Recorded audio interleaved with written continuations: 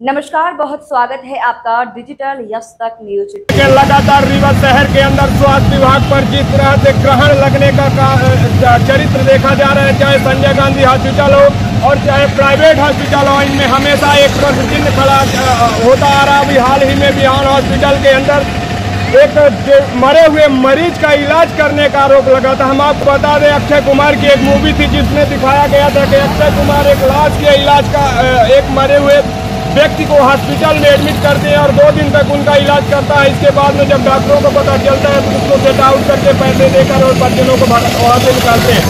आपको बता दें, डॉक्टरों को भगवान का दर्जा दिया गया है। अगर यही भगवान शैतान बन जाए तो इंसान की बॉडी के साथ में किस तरह से खिलवाड़ की जाती है, ये परिजनों के द्वारा आरोप लगाया जाए। अस्पताल में हूँ जहाँ पर आज सुबह एक डिलीवरी से उनकी मौत हुई है। परिजनों ने आरोप लगाया कि हमारी बहन अच्छा स्वास्थ्य थी, ठीक थी, लेकिन अचानक रात में उन्हें आईसीयू में भर्ती किया गया। इसके बाद वेंटिलेटर में करके उनका ऑपरेशन किया गया और उनकी मौत हो गई।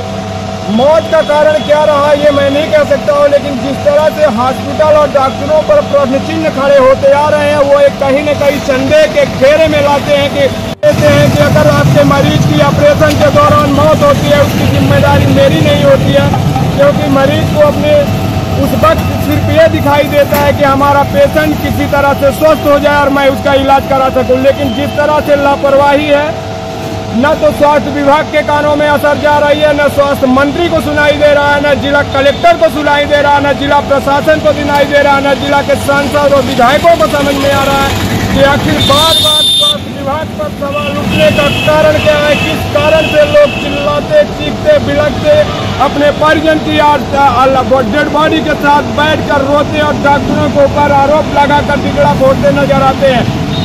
लेकिन अभी तक किसी भी डॉक्टर या किसी भी जगह का सही निराकरण, सही जांच न होने के कारण डॉक्टरों की मनमानी धड़ल्ले से चलाई जा रही है। प्राइवेट हॉस्पिटलें, बड़ी हॉस्पिटलें खोलकर मोटी रकम तो ले लेते हैं, लेकिन इलाज के नाम पे क्या करते हैं और कैसे दवा करते हैं, ये तो उन परिजनों से पूछो जिनके परिजन इन हॉस्पिटलों में अपनी दम खो देते हैं।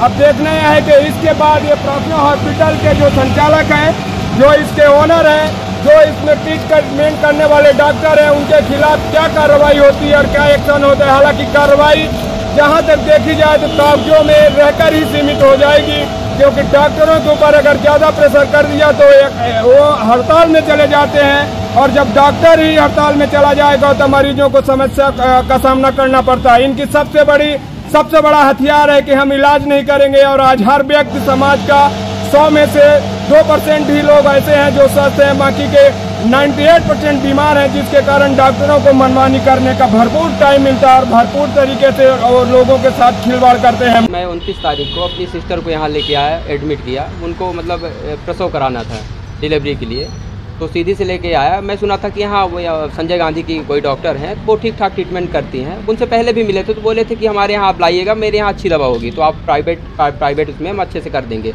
तो उसी आशा विश्वास के साथ हम यहाँ आए हुए थे, और मेरे मरीज़ का जो है, मेरी बहन का ऑपरेशन भी किए। वो सारी चीज़ें ठीक थी। दूसरे दिन से बच्चा हुआ, वो भी सारी चीज़ें ठीक थी। 3-4 दिन तक सब चीज़ें चल रही थी, और ठीक होने के बावजूद भी ये लोग लगातार आईसीयू में रखे हुए थे, जबकि हम इनसे बार बोल रहे थे कि उसको कम से कम जनरल वार्ड या प्राइवेट वार्ड में शिफ्ट करा दीजिए, तो मतलब उसको थोड़ा सा रिलीफ महसूस हो। वहाँ चारों तरफ मशीनों से घिरे रहना, उसकी वजह से उसको और दिक्कत होती थी। और एक चीज़ और था कि ये अपने हिसाब से फुल डोज देते थे उसी दवाइयों को। एक दिन में कोई मरीज को 20-20, 30-30 हज़ार की इंजेक्शन मतलब दवाएं लग सकती हैं, क्या बताइए। और वो मतलब इतनी सारी दवाइयों का डोज उसको देते थे, पता नहीं है दवाइयाँ ले जाते हैं, आधा रख लेते हैं या फिर आधा यूज करते हैं, जो भी जैसे भी हो। तो और तो जो भी था तो ठीक था। और लेकिन कल की रात को मेरी बहन सब ठीक थी, कुशल मंगल थी। सुबह हम कई बार उनसे बोले, एक दिन पहले से भी बोल रहे थे कि आप प्राइवेट में शिफ्ट कर दो, और इन्होंने बोला कि हम शिफ्ट कर देंगे।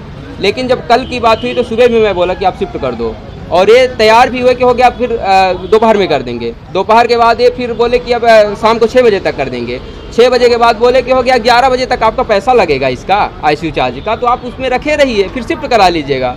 तुम बोले हो गया ठीक है, पैसा ठीक है कह रहे हैं शिफ्ट। फिर इसके बाद मुझसे इन्होंने क्या किया कि फिर 4-6 हज़ार की फिर इकट्ठा जो है दवाइयाँ मंगवाए, और फिर सारे इंजेक्शन वगैरह जो दवाई रही होगी तो फिर इकट्ठा उनको डोज दे दिए।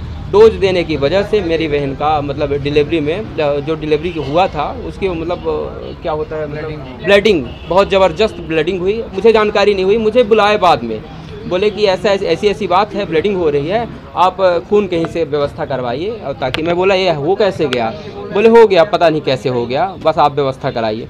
फिर इन्होंने क्या किया, उसको ऑपरेशन वगैरह किया और कहते हैं कहीं कहते हैं बच्चेदानी निकालिए, कहीं कुछ कहते हैं। स्वस्थ मरीज था, सब कुछ कुशल मंगल था, कहीं कुछ भी प्रॉब्लम नहीं थी। ये था कि आप वहाँ से अगर डिस्चार्ज कर देते तो डायरेक्ट घर भी चले जाते। मैं आपको पूरा वीडियो और साक्ष्य दिखाऊंगा, मरीज का दिखाऊंगा, सारी चीज़ें, उसकी गतिविधियाँ, उसके बोल बदकाव, सारी चीज़ें मैं बताऊँगा। वो बोली भी है, वीडियो में बोली है कि मैं ठीक ठाक हूँ। ये लोग इतना ज़बरदस्त डोज देते हैं, डोज के कारण मुझे दिक्कत होती है। यहाँ क्या नाम था उनका? सुमन शर्मा, सतना में ब्याही हैं।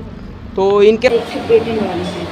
अब जैसे चला फिरना तो यहाँ गरथा रहे हैं। पेट वाली समस्या दर्द होता है, अब नहीं अब तो नहीं कर बात पेट में दर्द जानत रहा होता है, ऑपरेशन जो होता है पेट में दर्द होता है। ये डेट यानी कई दिन बताएं कि ऑपरेशन होता है दर्द बना थे। पेशेंट की हम बात कर रहे हैं, सुमन शर्मा पेशेंट 29 तारीख को हमारे यहाँ आई थी। पेशेंट हमारे यहाँ अत्यंत गंभीर अवस्था में आई थी, जिनको अत्यधिक रक्तस्राव हो रहा था।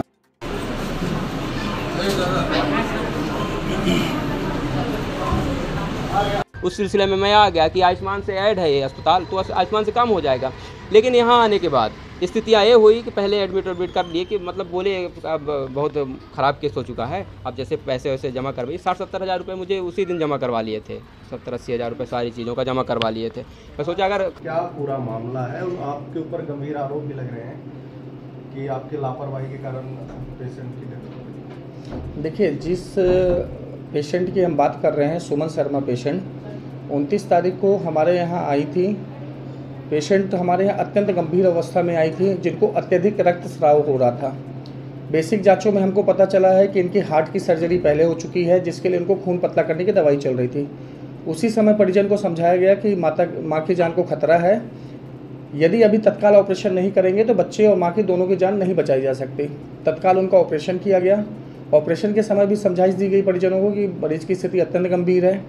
उनका जो बच्चा हुआ था, ऑपरेशन के द्वारा बच्चा हुआ, बच्चे की भी स्थिति बहुत अच्छी नहीं थी। तुरंत बच्चे को NICU में शिफ्ट कराया गया और उसको तत्काल प्रभाव से मैनेज किया गया। आज के डेट में बच्चा स्वस्थ है।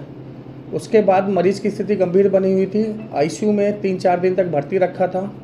चूँकि उनको हार्ट की बीमारी की वजह से खून पतला करने की जो दवाई चल रही थी उसको बंद नहीं किया जा सकता था। उसको बंद करने से मरीज की जान को तत्काल खतरा था। लेकिन कल रात को अचानक उनका रक्त का स्राव हुआ। रक्त का स्राव 11 बजे हुआ। हमारी पूरी डॉक्टरों की टीम आई, doctor Sonal Agarwal madam, doctor LM Singh sir, doctor Himanshu Pandey. तकरीबन 4 से 5 घंटे ऑपरेशन चला, रात को 12 बजे से लेकर सुबह 5 बजे तक। ऑपरेशन के दौरान हमने देखा कि अत्यधिक रक्त का स्राव हो चुका है एवं मरीज के बचने की संभावना कम थी। अत्यधिक रक्तस्राव की वजह से मरीज की मृत्यु हुई। हमने अपना पूरा 100% एफर्ट लगाया। मरीज के इलाज में कोई लापरवाही नहीं की गई है।